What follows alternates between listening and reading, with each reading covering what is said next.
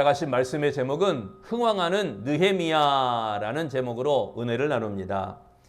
정상에서 만납시다 라는 책의 저자 지그 지글러, 그가 뉴욕의 지하도로 들어섰는데 한 청년이 연필을 팔고 있었습니다. 지글러는 다른 사람들처럼 1달러를 주고 동정하는 마음으로 연필을 받지 않았습니다. 그런데 다가가 돌아와서 연필을 주세요 하더니 연필을 다시 받는 겁니다. 이상히 여긴 청년이 연필을 건네자 지글러가 이렇게 말을 합니다. 당신도 나와 같은 사업가요. 더 이상 연필을 파는 초라한 행상이 아니요. 이 말에 청년은 자신감을 얻었습니다. 그래, 나도 연필을 파는 사업가다. 그때부터 청년의 자화상이 달라지기 시작했습니다. 뿐만 아니라 힘과 용기도 얻었습니다. 그 후 자신의 운명을 바꾸는 말을 되새기며 외쳤습니다. 나는 사업가다. 연필을 파는 사업가다. 생각의 변화를 가져온 청년은 훗날 큰 사업가로 성공을 하게 되었다고 합니다. 그리고 지글러를 찾아와서 이렇게 이야기했다고 합니다. 당신의 말 한마디가 나를 변화시켰습니다. 다른 사람들은 연필을 받지 않고 1달러만 주었기에 나는 얻어먹을 자화상을 가졌습니다. 그런데 당신은 연필을 가져가며 나와 같은 사업가라고 말해줘 나의 인생이 바뀌었습니다. 인생은 어떻게 생각하느냐에 따라서 달라집니다. 우리도 지글러 박사처럼 흥왕하게 하는 그런 사람이 되어지시기를 바랍니다. 우리가 봉독한 느헤미야 2장 본문은 느헤미야의 귀환과 예루살렘 성벽 재건에 관한 그런 내용들입니다. 느헤미야는 예루살렘 성벽 재건의 목표를 달성하기 위하여 안정적인 지위도 다 포기하였습니다.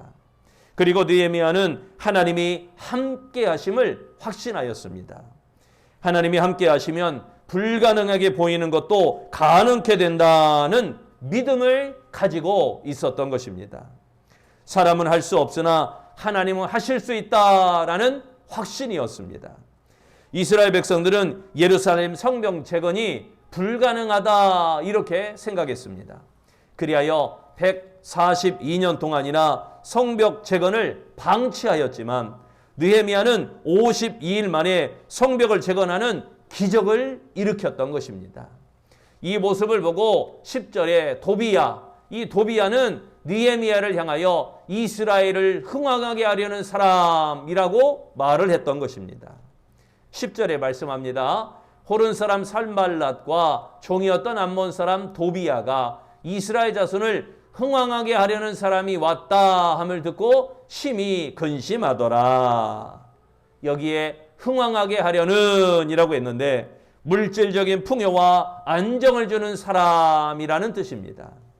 이 시간에 흥왕하게 하려는 사람 느헤미야, 이 느헤미야의 영적 기준을 우리가 한번 살펴보려고 합니다. 우리 그리스도인은 느헤미야처럼 안정을 주며 흥왕하게 하려는 사람이 되어야 할 줄로 믿습니다. 그리하여 다시 일어서는 은혜의 역사를 일으키는 능력의 주인공이 되시기를 바랍니다.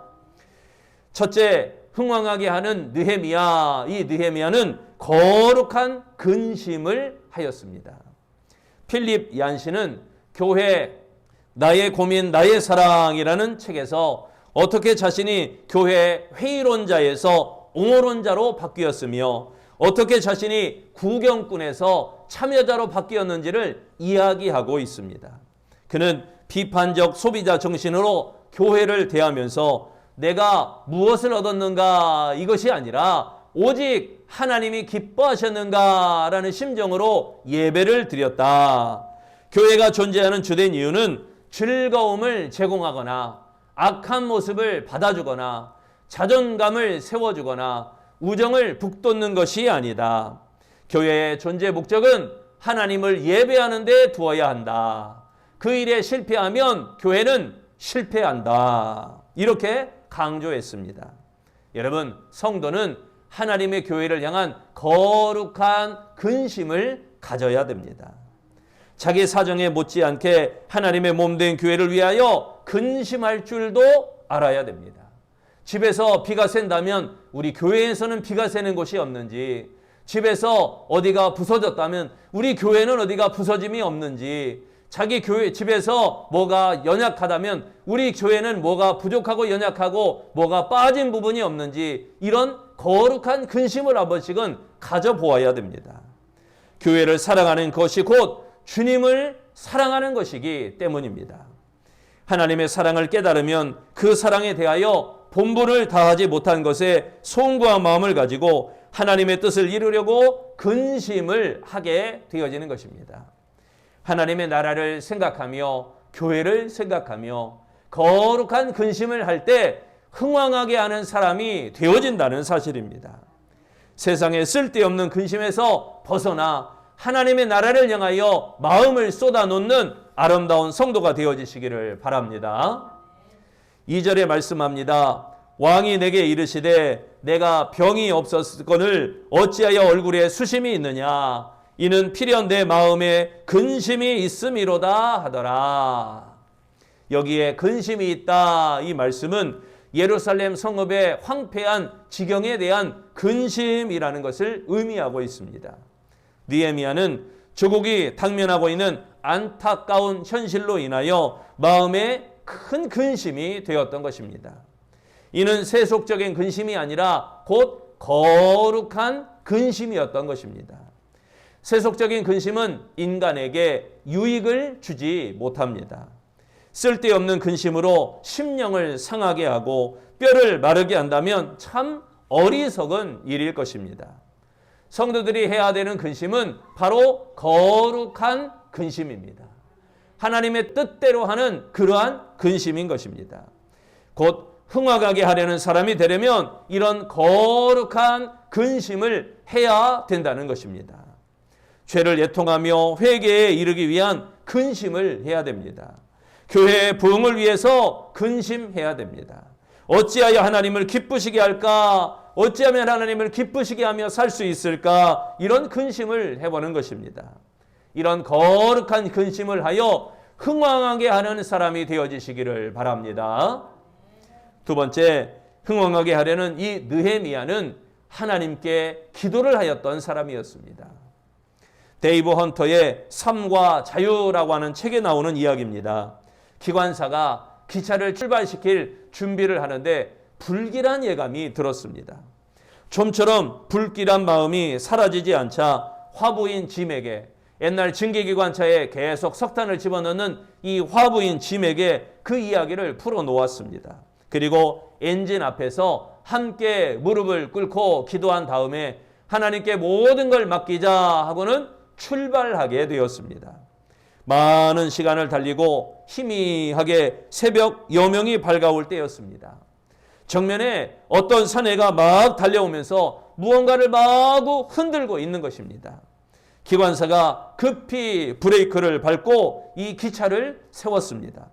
달려온 사내는 저 앞쪽에 있는 철로가 끊어져 있습니다. 이렇게 소리를 치는 겁니다. 현장으로 달려가 보니 철로가 파손되어 있었습니다. 대형 사고가 날 뻔한 것입니다. 기관사가 사내에게 말합니다. 하나님이 우리의 기도를 응답해 주셨군요. 그런데 당신을 새벽같이 이곳에 오게 한 것이 무엇입니까? 이렇게 물었습니다. 그는 새벽 일찍 잠에서 깨어났고 마음이 너무나 불안하여 철로를 그냥 한번 보러 나왔다는 것입니다. 그러다가 파손된 철로를 발견하였다는 것입니다. 그 역시 기독교인이었습니다. 세 사람은 그 자리에서 무릎을 꿇고 하나님의 보호하심에 감사하는 기도를 드렸습니다. 이들의 모습이야말로 흥왕하게 하는 기도의 사람들 아니겠습니까? 4절에 말씀합니다. 왕이 내게 이르시되 그러면 내가 무엇을 원하느냐 하시기로 내가 곧 하늘의 하나님께 묵도하고, 여기에 묵도하고 이 말씀은 기도하다라는 의미입니다. 느헤미야는 왕에게 대답하기 전에 먼저 하나님께 기도하였다는 것입니다. 인간적인 요구에 앞서 하나님께 간구하는 자세를 보였던 것입니다. 느헤미야가 온갖 난관을 극복하고 사명을 성공적으로 이룰 수 있었던 까닭은 하나님을 의지하는 기도하는 사람이었기 때문인 것입니다. 기도는 그리스도인들의 표준입니다. 느헤미야는 기도가 응답된 순간에 자기 요구를 왕에게 말한 것이 아니라 우선 하나님의 뜻을 구하였던 것입니다. 느헤미야는 하나님의 주권을 인정하고 하나님을 의지하는 분명 기도의 사람이었습니다. 하나님께 기도하는 것은 하나님을 의지한다는 증거입니다. 하나님을 의지하는 사람만이 기도할 수 있는 것입니다. 기도를 통하여 하나님의 능력이 나타나게 되어지는 것입니다. 하나님께 기도함을 통하여 흥왕하게 하는 우리 아름다운 성도들이 되어지시기를 바랍니다. 세 번째, 흥왕하게 하려는 이 느헤미야는 하나님의 도움을 믿었던 사람입니다. 허드슨 테일러, 중국 선교의 아버지라고 하죠. 이 허드슨 테일러와 동역자들은 중국의 오지에서 선교하며 어려운 일에 부닥칠 때마다 사람들의 도움을 호소하며 손을 벌리지 않기로 다짐하면서 이렇게 이야기했다고 합니다. 어떤 경우에도 사람들에게 쉽게 손을 내밀지 말자. 우리가 이 자리에 온 것을 하나님이 기뻐하신다면 반드시 하나님께서 도우실 것이다. 특히 허드슨 테일러는 이 말을 강조했다고 합니다. 하나님의 뜻에 맞는 하나님의 일에 하나님의 지원이 결코 부족할 수 없다. 나중에 중국 내지 선교회는 이 원칙을 믿음 선교라고 불렀다고 합니다. 선교사들은 교회를 찾아다니면서 사람들에게 도와달라고 요청하지 않았습니다. 그들은 하나님이 기뻐하시는 일이면 하나님이 분명히 도우실 것이다 라고 믿었습니다. 그리고 허드슨 테일러와 동역자들은 선교 현장에서 하나님이 도우시는 역사를 허다하게 경험하게 되었던 것입니다. 여러분, 중요한 것은 내가 서 있는 자리가 얼마나 어려운 자리인가 이것이 아닙니다. 얼마나 좋은 환경을 누리고 있느냐 이것도 아닙니다. 중요한 것은 하나님이 원하시는 자리에 내가 있느냐 하는 것입니다. 하나님이 기뻐하시는 뜻에 맞는 합당한 자리에 함께 있다면 반드시 하나님께서 도와주실 것이기 때문인 것입니다. 8절에 말씀합니다. 또 왕이 삼림 감독 아삽에게 조서를 내리사 그가 성전에 속한 영문의 문과 성곽과 내가 들어갈 집을 위하여 들보로 쓸 제목을 내게 주게 하옵소서 하며 내 하나님의 선한 손이 나를 도우심으로 왕이 허락하고, 여기에 나를 도우심으로 라고 했죠. 이 말씀은 계획을 실현시키는 하나님의 능력을 의미하는 것입니다. 하나님의 손은 곧 하나님의 능력입니다. 느헤미야는 배후에 역사하시는 하나님의 손을 증거하며 왕의 허락, 이 왕의 역시 하나님의 도움에 의한 것이다 라고 말하고 있는 것입니다. 하나님의 뜻을 따른다면 당연히 하나님의 도움이 임하게 되어지는 것입니다. 하나님의 뜻대로 일하고 있다면 모든 것을 공급하시며 선한 소르로 도우시는 하나님을 경험하게 되어질 것입니다. 난관에 부딪히는 일이 있다면 정녕 하나님의 뜻을 따른 것인지 돌아보아야 됩니다. 실패를 거듭하고 있다면 진정 하나님의 뜻에 맞는 일인지 살펴보아야 된다는 것입니다. 하나님의 이름으로 진행되는 일이라고 해도 하나님의 이름만 이용하고 있다면 결코 하나님이 도와주시지 않을 것이기 때문인 것입니다. 그러므로 하나님의 뜻대로 일하여 하나님의 도움을 받아 흥왕하게 하는 사람, 복 있는 사람이 되어지시기를 바랍니다. 로버트 하디는 선교사입니다. 로버트 하디 선교사는 강원도 철원과 고성 그리고 양양, 강릉 지역을 다니며 교회를 개척한 선교사입니다. 그런데 사역하던 교회가 그만 불에 타버리는 시련을 당하고 열정과 의욕을 잃어버리게 되었습니다. 특히 하디는 가짜 신자들에게 사기를 당하자 조선인들을 경멸하는 그런 마음까지 가지게 되었습니다. 그리고 아무리 성경을 읽었으나 아무 감동이 없는 무딘 시절을 보내게 되어집니다. 하디는 그때의 심정을 이렇게 고백합니다. 내면이 공허하고 영적 감동이 없는데 무슨 설교를 한단 말인가? 거짓으로 믿음 있는 척, 성령에 감화된 척 주절거릴 수 있을 것이다. 하지만 이런 태도야말로 자신과 하나님을 속이는 일이며 성령을 모독하는 짓이 아닌가. 어쩌면 좋은가. 그 순간 환상 가운데 갑자기 손이 하나 나타나더니 하디의 마음에 글자를 새기게 됩니다. 메네 메네 데겔 우르바신. 다니엘서 5장 25절에 있는 그 말씀이 나타나 자신의 마음에, 이 우디의 마음에 그 말씀을 새기는 겁니다. 하디는 이 글귀가 자신의 마음에 새겨진 이유를 알아차리게 되었습니다. 하나님, 저의 영적 상태가 벨사살 왕과 다름이 없다는 말씀이시군요. 하나님의 저울로 달아보아 벨사살 왕이 자격 미달이었다는 것을 깨닫습니다. 그렇듯이 저 역시 함량 미달이라는 말씀이시군요. 하나님, 제가 어찌해야 좋습니까? 하디는 의자에서 몸을 일으켜 마룻바닥에 무릎을 꿇고 자신의 죄를 털어놓았습니다.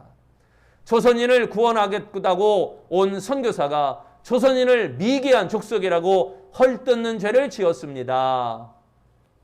한국의 조사나 권사가 선교사의 저를 높여 양대인이라고 부를 때마다 당연한 듯 여기는 거만한 죄를 지었습니다. 몸이 아픈 이들이 찾아와 병을 고쳐달라고 할 때 순순한 마음에서가 아니라 마치 시혜를 베풀듯 환자들을 대했습니다. 하나님의 종이면서 성령의 능력과 도우심을 의지하지 않고 저의 학식과 능력만 의지하는 자만심에 사로잡혔습니다. 이렇게 하나님 앞에 죄를 낱낱이 고백하였습니다. 새벽 닭이 울 무렵 하디는 온몸이 뜨거워졌습니다. 그에게 성령이 임하였던 것입니다.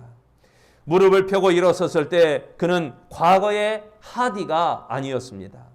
어려움과 시련 속에 움츠렸던 사역의 열정이 다시 타오르게 되었습니다. 그리고 냉담했던 믿음이 회복되었으며 자신의 학식만 의지하고 선교에 임했던 마음의 성령의 능력을 의지하는 그 겸손이 자리 잡게 되었던 것입니다. 하디의 회개는 평양 대부흥의 운동으로 마지막 꽃을 피우게 되어집니다. 하디 선교사야말로 하나님의 교회를 흥왕하게 하려는 그런 사람 아니겠습니까? 느헤미야가 조국 예루살렘 성벽 재건을 위해 기도하고 왕에게 간청하고 재건하기에 힘썼던 것처럼 그런 출세한 사람으로 하나의 인생을 마칠 수도 있었을 것입니다. 하나님의 이름을 부르며 자신을 위해 살고 자신의 이익과 자신의 목적만에 관심을 기울이는 그런 사람은 하나님의 사람이 아닌 것입니다. 느헤미야는 온갖 어려움을 무릅쓰고 조국의 성벽을 재건하였습니다. 그렇기에 이 느헤미야는 이스라엘 자손을 흥왕하게 하려는 사람이라 이렇게 도비야로부터 이야기를 듣고 모든 사람으로부터 흥왕하게 하려는 사람으로 인정받게 되었던 것입니다. 사랑하는 성도 여러분, 느헤미야처럼 흥왕하게 하는 사람이 되시기를 바랍니다. 여러분 한 사람 한 사람이, 우리 아름다운 성도 한 사람 한 사람이 흥왕하게 하는 하나님의 사람이 되시기를 바랍니다. 먼저 흥왕하게 하는 사람으로 하나님의 뜻을 이루기 위해 충성하시기를 바랍니다. 느헤미야처럼 거룩한 근심을 하는 사람이요, 느헤미야처럼 하나님께 항상 기도하는 사람이요, 느헤미야처럼 하나님의 도우심을 확신하는 사람이 되시기를 바랍니다. 그리하여 하나님의 나라와 아름다운 교회를 흥왕하게 하는 우리 아름다운 성도로 하나님께 모든 성도들에게 인정받고 사랑받는 복 있는 아름다운 신앙 되시기를 축원합니다. 기도하겠습니다. 흥왕하게 하는 느헤미야처럼 우리 아름다운 주의 성도들이 흥왕하게 하는 하나님의 사람 되기를 소망합니다. 몸된 교회가 흥왕하여지며 아름다운 교회가 부흥하여지며 주의 몸된 성도들이 날마다 장성하여지는 귀하고 복된 일에 쓰임받는 느헤미야처럼 흥왕하게 하는 사람 되기를 소망합니다.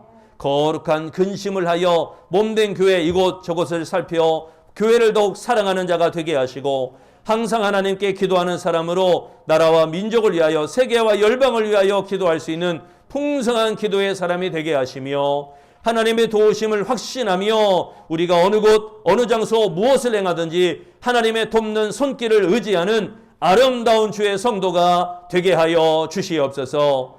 우리를 위하여 십자가에 못 박혀 돌아가시면서까지 우리의 모든 삶을 근심하시며 항상 하나님께 기도하며 항상 도우심의 확신 가운데 돕는 손길을 내밀어 주시는 예수님의 이름으로 기도합니다. 아멘.